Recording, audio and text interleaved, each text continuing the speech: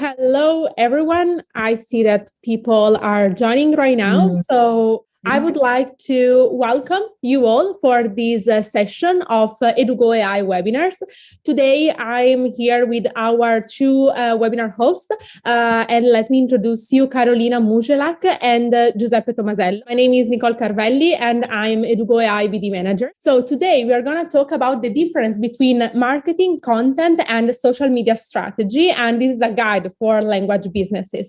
In particular, we are going to have Karolina, who is going to talk about the main differences between marketing, content, and social media strategy, the elements of successful strategies and the basic on creating them.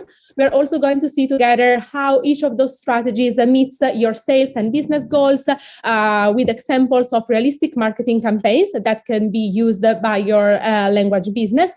And at the end, we are going to close the presentation with real case studies of Edugo.ai platform, particularly how to go from awareness to revenue, thanks to Edugo.ai platform. So before going further into that, I think that Karolina and Giuseppe, is the time for you guys to introduce yourself. So Karolina, would you like to start maybe? I would love to. Hi, everyone. So my name is Karolina Musielak. I'm originally Polish, and I currently live in the Netherlands. And I lived in 5 countries so far. So you can say that I'm an expert in expating. And in 2020, I started a company that focuses on marketing for language schools, specifically for the language schools that teach expats. So people who are in your country and want to learn your own language. And I've been working with small and medium businesses for over 10 years at this point, and I'm very much rooted in the economy and in the business side of marketing. So I'm going to be very down to earth today with you, and I'm going to tell you a few hard truths, but I hope that you will end up this meeting with a good knowledge of the basics of what is actually happening. Great. Thank you, Karolina. So Giuseppe, instead, would you like to briefly introduce yourself? Yes, sure. Thank you, Nicole, for the introduction. My name is Giuseppe Tomasello. I am Italian, but as Karolina said, I also have international background, international experience. So I've been living the past 7 years in China, and I just came back in Europe actually 2 months ago. So after 7 years in Asia, I'm back in Europe, and I'm very happy to be here, but I've also been living around the world in many different countries. I started Edugo.ai actually in 2017, and with the idea of, Edugo.ai was not a company at the beginning. It was basically a solution for myself, which I was learning Chinese. I was in China. I wanted to actually learn Chinese, as I'm a very passionate language learner. And I started to build this software tool that helped me to learn in a more personalized way. And that project started to grow. And then now Edugo.ai is a platform that is used by language institutions around the world, and also by single language teachers in order to scale their business online. And I always like to say this story about the origins of why we started Edugo, because we always have this approach, which is being customer-centric. What does it mean? It's like we understand that we need to create value for the end user. In this case, will be the student, and we believe also that creating value for the end user is the most powerful marketing technique that you can ever adopt. Because if you are creating value for your student, you are going to increase your business metrics, increase your sales, increase your retention. And so we believe that that is the winning strategy, and that's the core and the DNA of Edugo. And so today I'm really happy about learning more about marketing, content, and digital media strategies. And then at the end, we're going to show to you a real example on how actually some of our customers are using Edugo.ai technology in order to grow their audience and deliver value to their customers using our platform. Thank you, Giuseppe. So without further ado, Karolina, the floor is yours. Please, you can start. Thank you for this floor. Okay, perfect. So to prove to you that I'm not very strict, we're gonna teach in a little bit of a fun experience. So I'm gonna teach you how to bake a marketing cake. If you're ready or not, here we go. So now I'm gonna give you a brief introduction to our cake baking process that we're gonna have today. Then we're gonna discuss all the different types of marketing strategies that you can have and you should have in your business. And then I will give you a short summary just to tell you what exactly is happening. So now the introduction, why do you need a marketing, a content, and a social media strategy as a small or in a medium business? It does sound like a lot. Why would I produce so many documents and why does it even make sense? Well, this is our cake, right?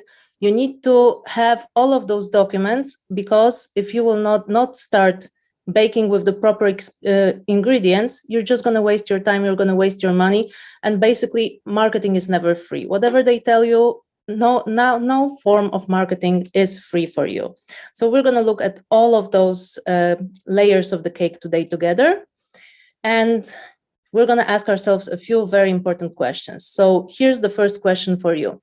Who is the cake for? So as Giuseppe mentioned, we need to know our customer and we need to put them in the front and center of everything that we do, right? So you need to know who that person is and what is the occasion. So why are they ordering a cake or why do they want to learn the language, right? So is it for work? Is it for exams? Is it for a birthday party? Is it... You understand the gist, right? Because you're going to build a different marketing strategy and a different cake for different occasions and for different people. Those are the five basic questions that you need to ask yourself before you will start doing anything with your marketing. So who is the cake for? Who are your courses for? Who is your client? Who is your student? Who is in the center of everything? What's the occasion? So as I mentioned, why do they want to learn? Do they want to get a better job or do they want to travel? What is their motivation? Because basically what you're selling when you're selling language courses, you're not selling a product. You're not selling the language which they can learn from any other app. You're selling the experience and you're selling the lifestyle change, right? So you're selling them their dreams about traveling to Italy one day. Who will be paying for the cake? So if you're teaching children, who will be paying for their courses? Is it their parents? If you're teaching hire managers or professionals, is it their manager, right? How did this person learn about my cakes or my courses? So did they find you through Google or were they recommended by a friend? Or did they actually find you on Instagram or on LinkedIn because someone liked your posts, right? And the last one, obviously, how many cakes do I need to bake to pay the rent, right? So how many courses do I need to sell to actually make a profit and to survive? So the first thing that you need to do when you bake a cake is answering those questions, but then you need a plate. You need a solid foundation to put your cake on. So you need to have a business plan and a client avatar. So your business plan will dictate your financial decisions and your client avatar will describe the person that will be buying from you, right? And now after this brief introduction, we can go to actually to the first layer of our cake, which is the marketing strategy. So with the marketing strategy, you base it on those five main ingredients. So you have your business plan with your financial goals, with your business goals, your client avatar, as we spoke, and your personal experience. Those are the three most important ingredients. And I will tell you in a second why. Because most of the people in marketing tell you to base everything off of data. And as much as we do support basing everything on data, and we use a lot of data with our clients, you need to put your personal experience into the whole marketing game, right? So for example, by data, I mean the fourth dot that we have in here, so the analytics and the surveys. So let's say that we are basing your marketing strategy on your website analytics. And from your analytics, we know that people are coming from Instagram, mainly to your website. But you are aware that people land up on your Instagram because their friend told them about you. And that's how they end up on your Instagram to check whether you're actually worth it. And then they decide, okay, I want to move on. I want to go to your website, right? So this is a completely different way we will do marketing we would be in a situation where they would actually find you on Instagram. So this is where your personal experience comes into play. And the last document that is loosely connected to your marketing is your branding. So your decision about your values, your decision about your voice, and the way you present yourself to the world, right? And your marketing strategy. So your first layer includes, first of all, your marketing goals. In here, we usually say that no more than 5 goals, because if you do anything more, you might get really confused and you might just spread yourself too thin and not accomplish any of your goals. And your marketing goals have to be heavily based on your business goals. Okay, there is no such thing as a marketing goal that does not bring you revenue. So in here you have a few examples. You can have a monetary goal, which is quite obvious, but you can also have a goal like creating new partnerships. So in that case, that will lead to more sales, but in a completely different way, right? Then the second thing is that you need to go through your main competitors. And in the case of your marketing strategy, you look only at the competitors that are based on your client avatar. So the ones that serve the exact same client as you do in the exact same area, whether it is geographical or niche-wise. So if you are running an online school, you can look at the competitors that are teaching Chinese to medical professionals, right? Those are the types of competitors that you look at. Whereas when you do your branding, you obviously look at your competitors in a wider scale, right? You compare their visual and their messaging sides, but in here, only those who talk to exact same people as you do. Then the third thing that you include in your marketing strategy is your budget. So your marketing budget is usually for B2B, so business to business, businesses, schools, it's 2 to 5%, and for business to client, it's 5 to 10% of your yearly revenue. And in here, you can go on a lower number with when you have some experience with marketing, when you are mainly going to test out a lot of things and you're setting up your marketing systems for the first time. So for example, let's say that this year we're investing heavily in our blog, because our blog was non-existent until this time.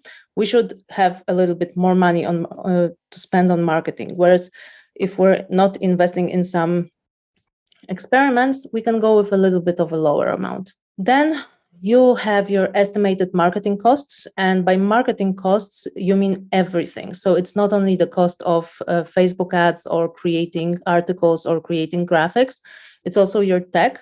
So for example, if one of your main marketing goals will be increase customer retention, so make sure that your clients stay with you as long as possible, your cost might be buying new lights or buying a microphone or buying a camera. Those are all of your marketing costs, right? Everything that plays into your marketing. Or if you're a physical school, you might want to do some renovations. That's also a marketing cost for you if it increases your customer retention. So makes sure that you are reaching your business and marketing goals.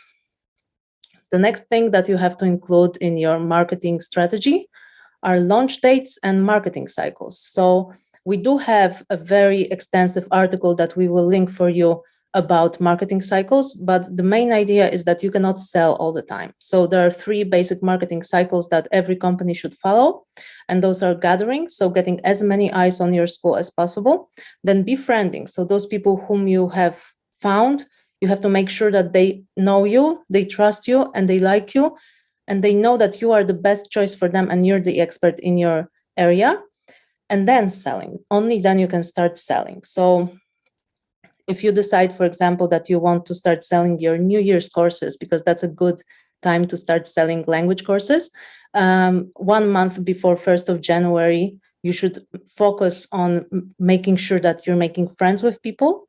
And 1 month even before that, so in November, you should make sure that you're going out and getting in front of as many people as possible. Okay, and the other parts of the marketing strategy are your 2 to 4 main marketing campaigns of the year. And in here, we mean both online and offline. So you will have to decide, you have a few examples in here. When you will be watching the replay, you can pause this video and have a look at them. But those are not only, a marketing campaign is not only a campaign via your emails or on social media, but also things like renovations in the school, right? It is a marketing campaign and you have to plan it out Because, for example, if you're making renovations in your school, you can create a lot of content and create a lot of social media and email engagement, but also you can create events. Like, for example, you can invite your students to join you and to also have a look at your, to help you renovating your school, for them to become a part of community. Then you have to include in your marketing strategy your cyclical events. So everything that has an assigned date and things that don't have an assigned date. So for example, if you know that each and every Friday you want to have a movie night, you have to put that in your marketing strategy, because you have to remember that this is what you want to do, right? If you have a Christmas party every year, even though you don't have a date for it yet, put it in your marketing strategy. If you are planning a webinar or anything like that, put it in here. Then the almost last point in your marketing strategy, which is, I promise, the biggest one that you will have, you put your pre-selected awareness dates. So all the holidays, all the social events that you as a company want to follow and want to acknowledge in your marketing. This is where the branding comes in hand again. Because in branding, you decide on your values, right? So you decide what is important for your company and which holidays you will not acknowledge. We also have an article that helps you to decide which holidays you will take a look at in your marketing and which might be a little bit insensitive or not down your line, right? So for example, us as a company, we focus on pop cultural holidays and events, but we stay as far away as possible from religious celebrations. This is not a part of our brand. And then once you have all of those dates, all of those events, and all of those campaigns, you create a marketing calendar in which you write out all the things that you have planned so far and all the preparations that have to go before that. So usually the way we do it with our clients, they are monthly. So we decide from January until December, come back. From January until December, we decide what kind of things have to happen in order to have a successful next month, right? And the final last thing that is very important in your marketing strategy is your customer journey. So this is we combine for our clients a sales and marketing funnel and the customer journey. So that's a very fancy way to say what happens with your student from the moment they find out about your school, which is, I think, what Giuseppe will talk about a little bit later. From the moment they find out about the existence of your school to the moment when they go through the whole course, buying the course and going through the course, and then buying the course again, so becoming a returning client or becoming your advocate, so actually bringing their friends over, right? Okay, now here's a quick note, since we're all about making sure that you understand what's happening. You might also hear about the marketing plan. So yes, the marketing strategy and the marketing plan are usually in the big companies, are usually created separately. So in big companies, they are usually divided, and the marketing strategy is created by a strategic department and the marketing plan by marketing department. So this is the difference between the vision and the doing, the execution, right?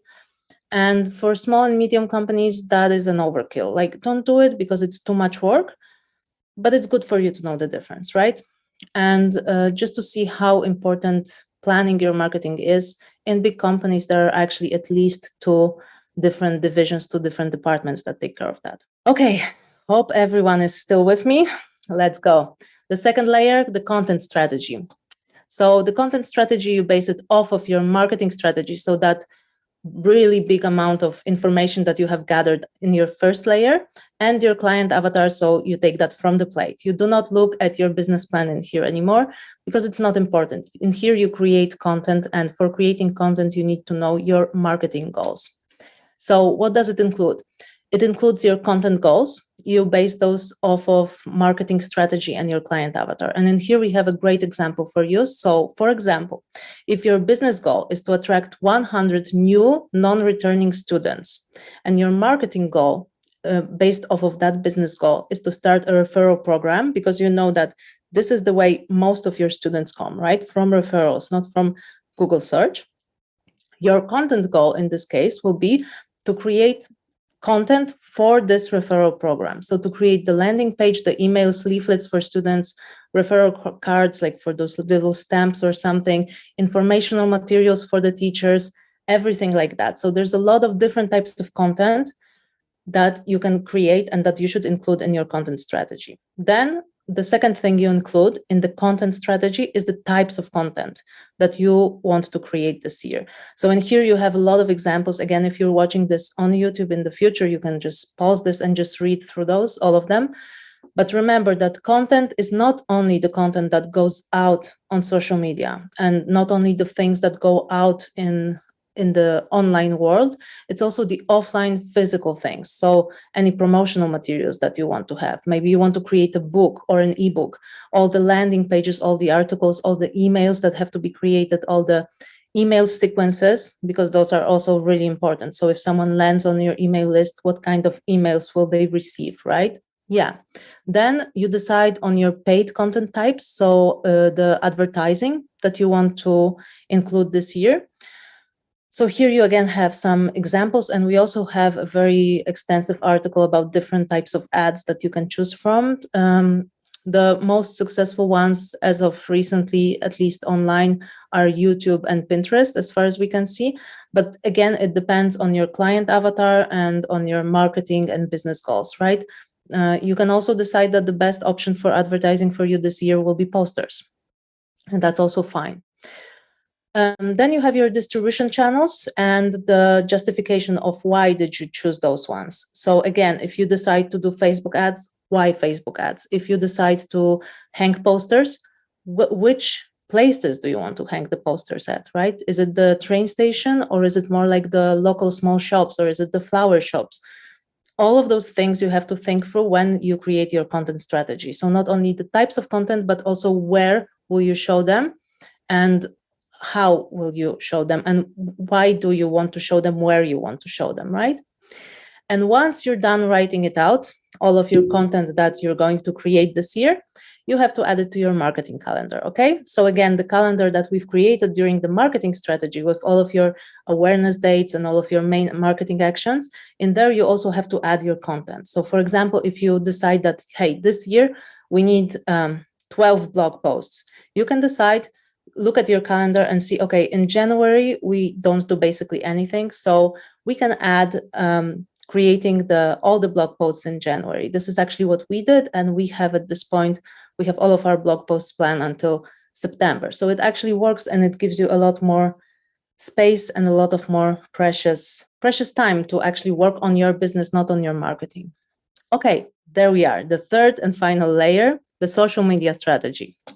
And in the social media strategy, you base it on your marketing strategy, your content strategy, your client avatar, and finally, fully on your branding, right? So your social media strategy includes your platforms of choice, which you have done in your content strategy. So you can just basically rewrite it and justify why.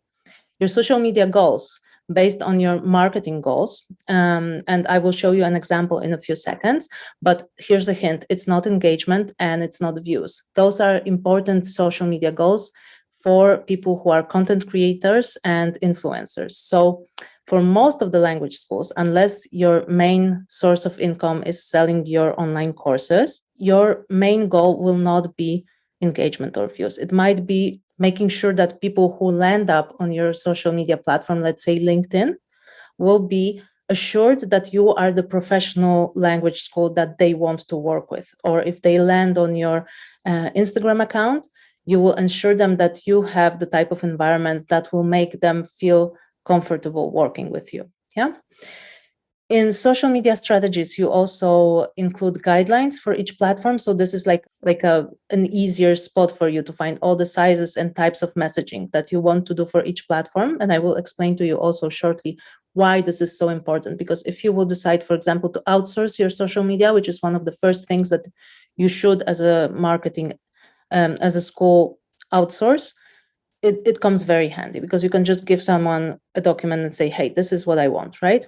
So the types of messaging. So whether you focus on video, whether you focus on graphics, what types of messages do you want to send, whether you are more inspirational or more moody. Those are all the things that you want to include in here based on your branding as well, right? What type of content we want to distribute and where, and so on and so forth. In here, you also include your content pillars and your content intentions. So based off of your content strategy and your branding, you decide what type of content do you want to show. So content pillars, we also have a big article about it. Usually the most popular ones are lifestyle. So for example, if you are a language school for expats in Mexico, you will show the real Mexican lifestyle, right? About us, obviously about your school, community building, promotion, language learning, and so on and so forth. In that article, you have everything explained. And content intentions. So you have the way we present the content. So we have the basic four. So those are news and trends, inspiration, community, education. And the way it works, the easiest way to explain it is, for example, if I choose to talk about us as a content pillar, and I want to choose it through the lens of news and trends, I can say, this is our methodology, and I'm going to show it through the lens of the newest Edugo.ai update, right? So if Edugo says that, hey, this month you can do this on our platform, you can showcase it on your social media or in your emails saying that, hey, we follow the news, we have the newest technology, and this is how our methodology works with this new upgrade, right? And then the thing that you can add, but you don't have to in your social media strategy, are social media tactics. So those are all the things that are like going live, posting on stories, reels, articles, and those must match your social media goals, right? So they also have to be rooted deeply in your business goals. So you cannot say that, hey, I'm going to be posting reels this month because everyone else does that. That does not make sense. It has to make sense in the context of your business goals, which we left 4 layers ago on the plate, right? So this also, all of that has to soak in to the top layer. And this, whatever you decide in your social media strategy, you do not add it to your main content calendar because you're going to make a mess. Your main marketing calendar is for you to know what's happening on a monthly basis. And for your social media, you can create a separate calendar. We usually do that for our clients monthly because then we can also watch the trends and watch the analytics and see what actually works best for us. But you can also do it quarterly if you don't feel like you have to focus that hard on your social media. So for example, with our blog, we actually have a quarterly social media plan because we know exactly what kind of articles will go out when, and then we can create social media content around that. And here's an example of all of those layers soaking in and going through with each other, right? So if you're, let's say you have a business goal of some level of revenue, you create a marketing goal of increasing brand awareness and 100 brand new non-returning students. Then you have to ask yourself why you want to do that, because you know from your customer journey that new students find us through Google or referral from a friend, and they check out our social media to verify whether we're a good match for them. And we know that they use Instagram to verify lifestyle brands. And since we are a lifestyle brand, they will check us most likely in there. They use Facebook for friends and family and Meetup for local social interactions. And we know that they have an updated LinkedIn profile, but they're not an active user. So they use it only to search for jobs. If our client type is laid back, adventurous hipster, and they do not define themselves through their professional lens, we create a social media goal of creating a series of Instagram highlights, because remember, this is where they check out the lifestyle brands that they've heard about from the colleagues. And in those Instagram highlights, we introduce our school and to our potential students. So then we can show them, those are our teachers, this is our interiors, this is how we teach you, this is what we focus on, right? And in here, if you have the same marketing goal, but you have a completely different client. So our client type is an ambitious corporate, I cannot read that word, person very focused on their career. And we know from our customer journey that they find us through Google or referral again, but they check our social media to verify whether we're a good match, but they use LinkedIn for verifying, right? Because this is how they define themselves, through the lens of their work, right? So they use LinkedIn to verify brands. Facebook and for friends and family, because that's usually the case, and Instagram for only private entertainment. So our social media goal will be, in that case, creating a series of LinkedIn articles about settling into successful life in London. That's an example, right? So that's a housing market, investing, buying entry-level luxury goods like furniture and cars. We're not covering very basic topics in here because this is not the type of client that will be interested in that. So you can see that if we have this type of social media goal and if we have this type of content goal, we will have to start preparing for that months in advance, right? Because if we want to write a high-level article about investing in a new country, we will probably have to find a partner who is experienced in that area. So this is just an example to show you how all of that is soaking in your business goals and how it can have completely different outcomes based on your client avatar and on their customer journey, which you discover at the point where you create a marketing strategy. Okay, and then there's the cherry on the top. So you can decide to do that. We usually don't do that because that's too much time. But if you find yourself, for example, struggling with a specific platform and you know that it will bring you a lot of revenue, you can create a platform-specific strategy. So, for example, we probably as a company should create a LinkedIn strategy because I really suck at it. It takes a lot of time to create anything in there. But the fact is that most of our clients come through LinkedIn. So that's what we should focus on. But that's like a cherry on the top. If you will go with the basis, so if you will have the plate and the basic 3 layers, you're going to be fine. You don't have to create those specific strategies. And now here's an important question to ask yourselves. What will happen if you start baking the cake upside down? So if you will start with creating your Instagram strategy instead of creating your actual marketing strategy, right? You're going to end up with a mess, let's call it like that, with a mess and with a lot of money wasted on the ingredients. So this is why we strongly recommend to start creating all of those strategies, even though they seem like a lot.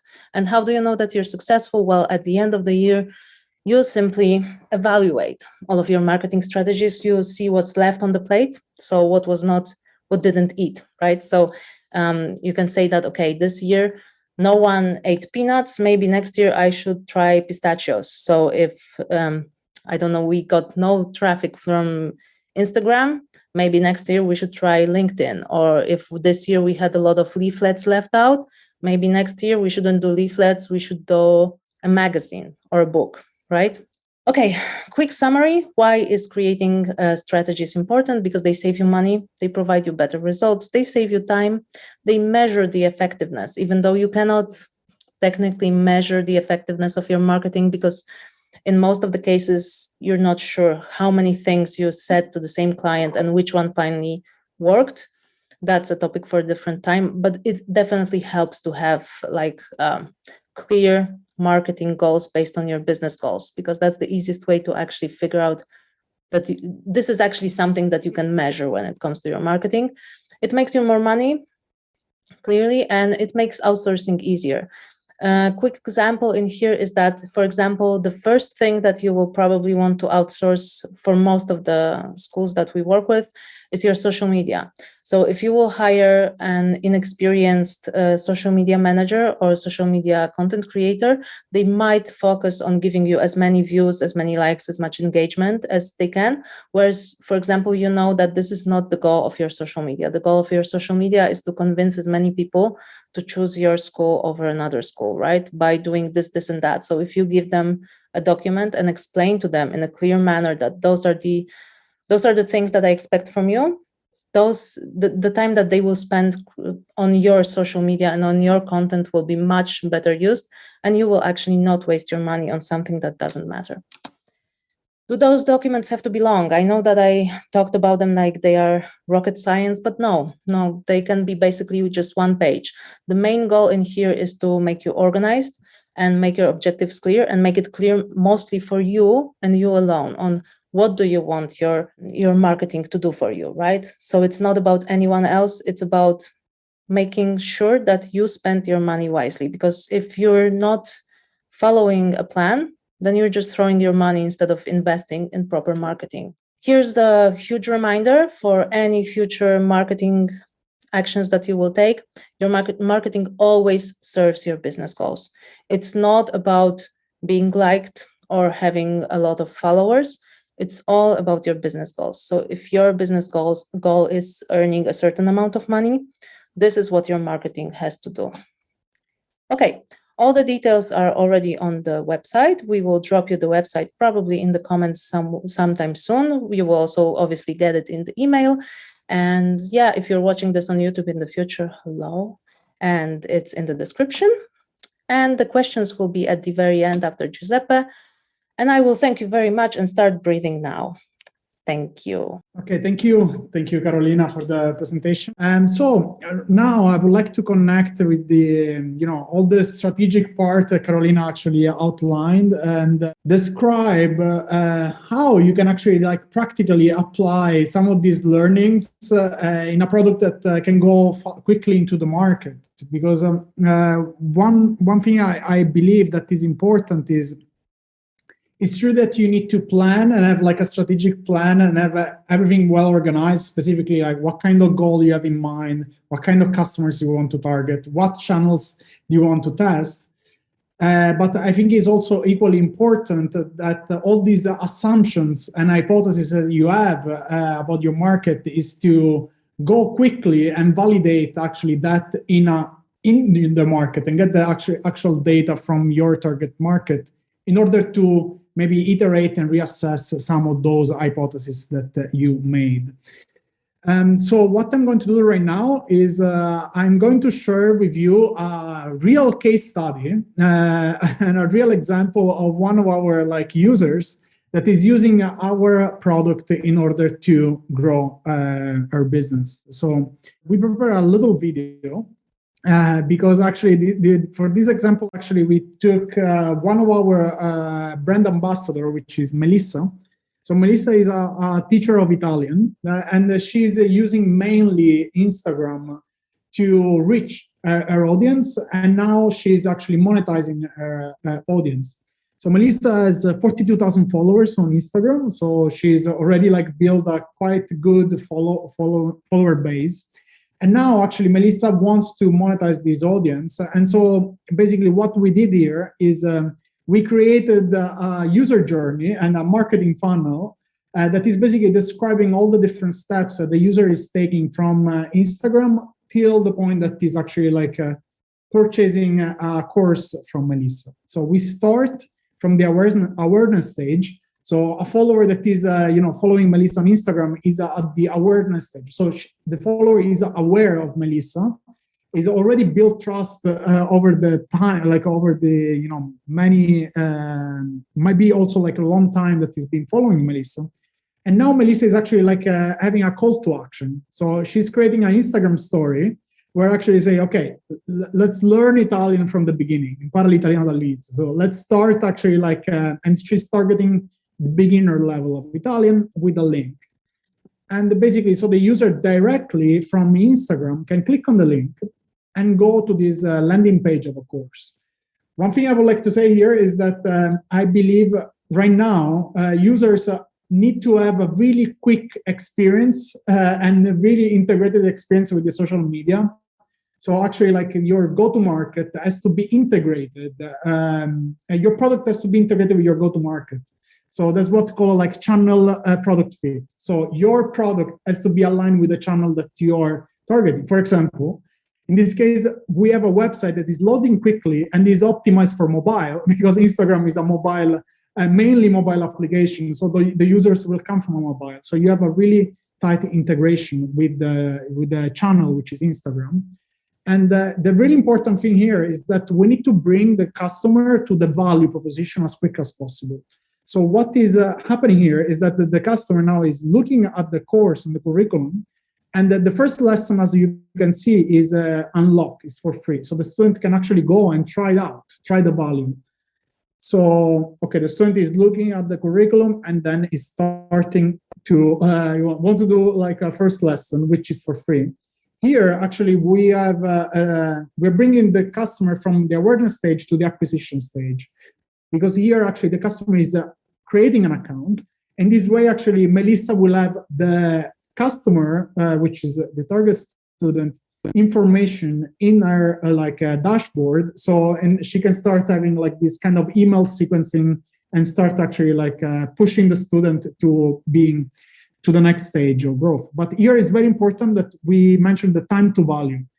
So the student in few clicks, now it's maybe like after 10 seconds, is already inside the platform, is already doing and learning some Italian. So he's doing some interactive exercises.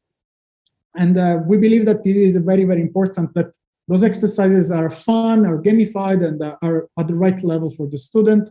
So the student start to get some value from the platform. And here, actually, if the student wants to continue the learning experience, we have the next stage, which is a revenue. So the student directly inside the platform can process the payment, and basically, you can use credit card or PayPal, and in this way, actually, the student is enrolling in the course and paying for the course, and of course, Melissa is monetizing her audience. And the final stage is the retention stage, and this actually is very important that once the student is purchasing a course, and this can be a very simple content course, can even be like a $1 course, doesn't really matter, but that student is becoming your customer, so he's paying. And then what's very important is that now that customer is spending time in the platform, and now is the opportunity to upsell and giving more value to the student. And this we can do in the retention stage. For example, now the student can book a live session with the teacher, and in that way actually can even pay more, because of course a live session will be more expensive, and in that way Melissa can monetize even more. And all of this happen like in a very smooth flow from Instagram to the monetization. So I would like to go with Nicole now, and in a real demo of the platform, because actually we would like to show to you what is the experience from the teacher side, because this is a little bit like an example of a user journey from the student side. And so we would like to show you actually how the teacher can actually really practically create some of those courses, and how the teacher can publish those courses online. So Nicole, maybe you can share your screen. So we're going to go. So this is another platform, is a demo platform. So this will be Edugo.ai logo. Usually the platforms are customized and white label for each single language business or language institution. And here what you can see is a course, and this is actually the perspective from the student side. I would like to introduce this concept because this is a new feature that we launched into the market. Nicole, if you scroll down a little bit, yes. You can see actually here we did a merge between asynchronous course, so asynchronous content plus a video call. And you can see in this curriculum, you can see here that there is a book lesson button, which means that the student actually can book a lesson when he's actually learning in a course with a fixed curriculum. And this actually gives the possibility to students to experience both like a mix of, a course plus having personalized content, because the video call happens inside the platform, and then the teacher will have information about what has been the student performance, plus our AI system generates also personalized content after the video call. So this is the output that is tested, and is actually like, you can really easily launch a course like this and monetize your audience. And we would like to share with you actually how you can practically create one of these courses, because it might sound like it's very complicated, but actually it takes a really few minutes to create. Here, for example, this is the dashboard from the teacher side. And here Nicole actually created already some courses. Some of these courses can be very specific. For example, we have a course is medical English, right? So we know that if you're a language business, if you want to charge a higher price, one of the techniques that you can adopt is actually to be very specific and target a market niche. For example, you can target doctors who want to learn English. And here you can see how we are able to create one of those courses. Of course, here you can upload a picture, a title, and those are the simple things, description and tags. And then we can go on the pricing. And of course, here you can decide to put it for free, of course, or you can actually put a price tag. And then the important part is here about the curriculum. So basically here you can mix the asynchronous courses. For example, the first lesson would be medical expression. And then you can create also like a video call. And you can actually mix this kind of curriculum, mixing those two modalities, synchronous and asynchronous. And here you can see actually, you can add also new lessons, as Nicole just did with the human body, from a database of content that is already available in the platform, is already created. And also you can add video calls. So, and those video calls, of course, are added there and then are linked to the teacher calendar. Okay, so that is very quick, so you can review and publish the course. One thing I would like to mention is that one thing we discover by working many years with a different language institution and teachers is the fact that when a language institution do the transition from offline, like traditional like teaching, to online, and it tries to create content, the teacher is always spending a lot of time to create all this content.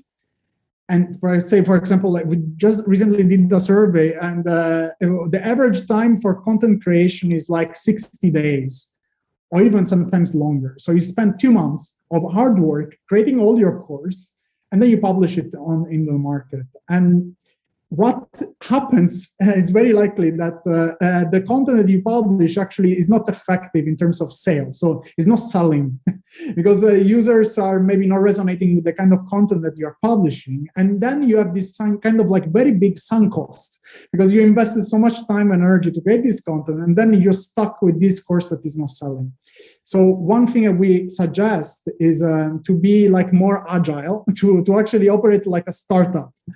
And what we do at Edugo, for example, is instead of launching something into the market and spending 1 year time building all this feature, we actually go the other way around. We test it with prototypes and then we launch in the market. And so one thing you can do in Edugo, for example, is just create simple lessons just with the name. Just create the curriculum, just put the name of those lessons and try to sell it, even though you don't create the content yet. So you can create those empty boxes.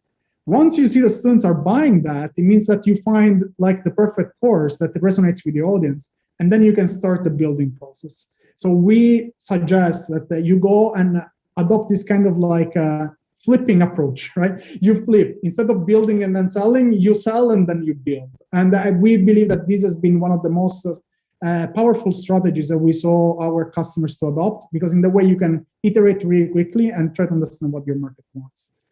So that said, I think that's a more practical approach to how you can actually go and grow your business metrics. But I think, of course, you need to connect that to have a solid strategy, as Karolina mentioned. So we believe that you should have both a top-down approach in terms of creating your strategy, be very actually organized in the way that you want to approach the market, but also have a bottom-up approach in the sense that don't spend so much time on building all this, but try to test actually what is working in the market and then go back to the whiteboard to elaborate your strategy. And I think this tension between bottom up and top down is what will make you successful in the long term. So I think now we can open up with the Q&A. So many thanks to both of you, Karolina and Giuseppe, for sharing your knowledge and expertise. And of course, many thanks to all the people that are with us. So while waiting, if someone has a question, I would like to also remind that, of course, we are also available to reply to all of your questions that you have, or also let you, for example, try our platform. So in case you can just get in touch with us, for example, on our website or on LinkedIn, we'll be happy to reply to you also personally. I have a question for you, Karolina, actually, because I was interested about how do you see this kind of like, like in a more practical way, how do you suggest to approach the launching of a strategy, taking in consideration also like what is some testing of some of our hypotheses? Because every time that you build a strategy, you have so many hypotheses that you have when you have your you're baking your cake and then you're choosing all the ingredients. You don't know if those ingredients are the correct ones, but actually you need to choose something at the beginning to start with. So how do you balance this kind of tension between like top down, what you decide of the ingredients to be, and then getting feedback actually from the market? Well, this is basically what you have just said. Like you start with testing with the business idea. So what I propose is that your marketing strategies are so deeply rooted in your business plan that they actually follow your business plan. So if I'm assuming that in your business plan, if you are, well, I'm not allowed internationally to give business plan advice, but I did a couple of business plans in my past. So if we are assuming in a business plan that we will be testing different solutions, we also have to assume that our strategies will change. But the question is, in that case, whether we will have to move all the strategies, because usually we just have to move the top layers, right? Because our core marketing strategy, our client and our business goals don't change, right? So this basic layer, the most important one, is the one that doesn't change. The one that changes usually is the one above content, because if you're experimenting, and I'm assuming that we are creating all the marketing strategies that I just talked about for a year, no longer, because we are not a big company, so it doesn't make sense for us to make 10-year plans right now, right? So in a year, you can test a few different solutions. You can, for example, in your business plan, you can assume that, okay, I'm going to launch, in April, I'm going to launch a B1 level. In June, I'm going to launch C1. And based off of that, you create a marketing strategy and marketing goals and your marketing cycles. So if you know that in June you're launching C1, maybe you should start putting out more content in that language that people want to learn, right? Because they know more. So those are all the things that can change on year-to-year basis. So you're not moving your strategies. Your strategies respond to what you've planned in your business plan. So this is the core. Like the core is your business, and then the marketing is around. So what can change if something really drastically doesn't work? Because, for example, you don't have the experience, and you assumed in your marketing plan that you will go with LinkedIn, and most of your audience turns out to be on Instagram, well, then you can move the top layer, right? This is the layer that you can move, but the rest stays intact. That's the way we approach it.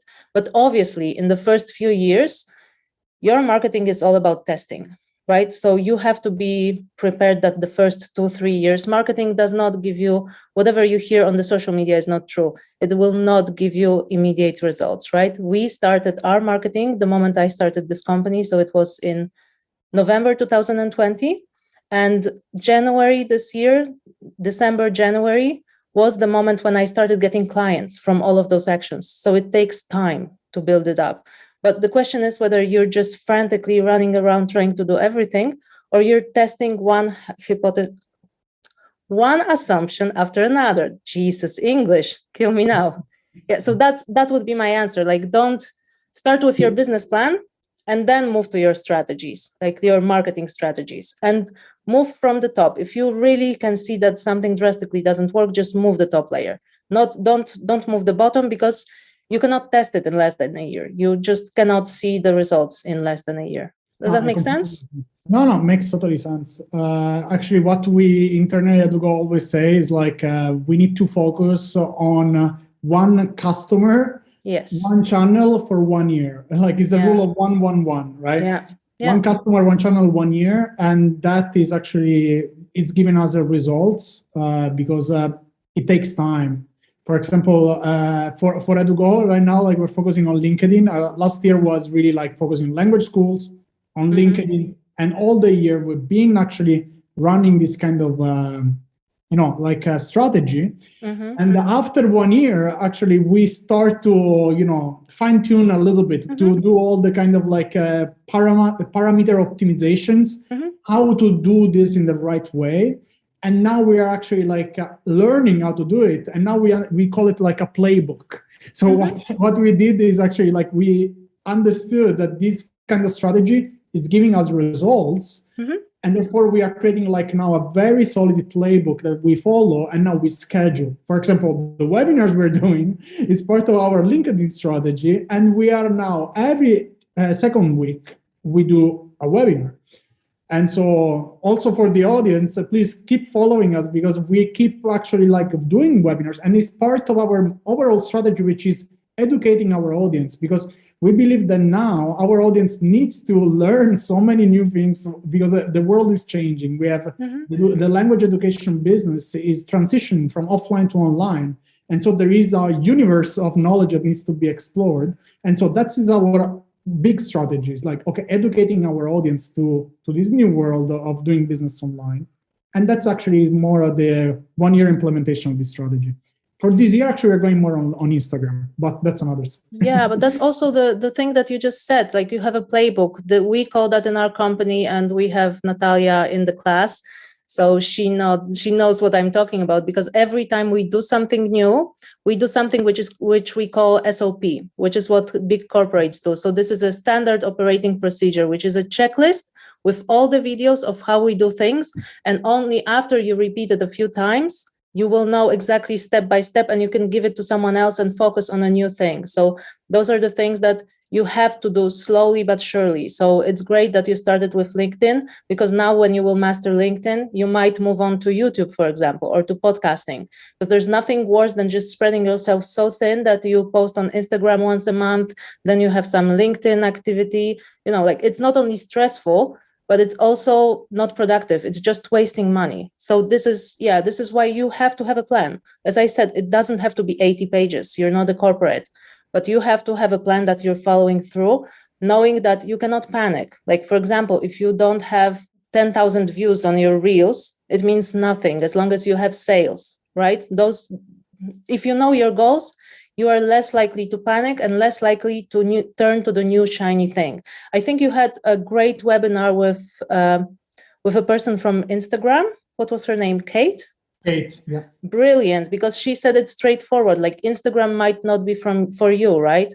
And she learned that Instagram is her platform. So this is what you do. You test it, and then you see, okay, this works, this doesn't. Let's not do it next year. So this is exactly what I said with peanuts and pistachios. If peanuts don't work, let's move on to pistachios, right? Easy as that. Absolutely. No, and I also believe that having advice at the beginning when you create your strategy for someone that's already have experience like you do is fundamental, because imagine like the waste of resources. If you choose the wrong channel at the beginning, you will waste 1 year because then you don't get results. And so the best way is actually at the beginning to get advice for someone has already experienced, select the right channel, and then test it out, all the different strategies. So I think, again, this tension top down, bottom up. And at the beginning, you need to be very, very good in selecting the right channel. Okay, Karolina, I loved this webinar. I learned a lot. And of course, for us also is going to be a lot of value rewatching the video on YouTube. In the meantime, if you want to connect to Karolina or to anyone in Edugo, like, feel free to actually link on connected with LinkedIn. I don't know, Karolina, if you want to share some other call to action or resources. I would like to say good luck baking, everyone, your marketing cakes.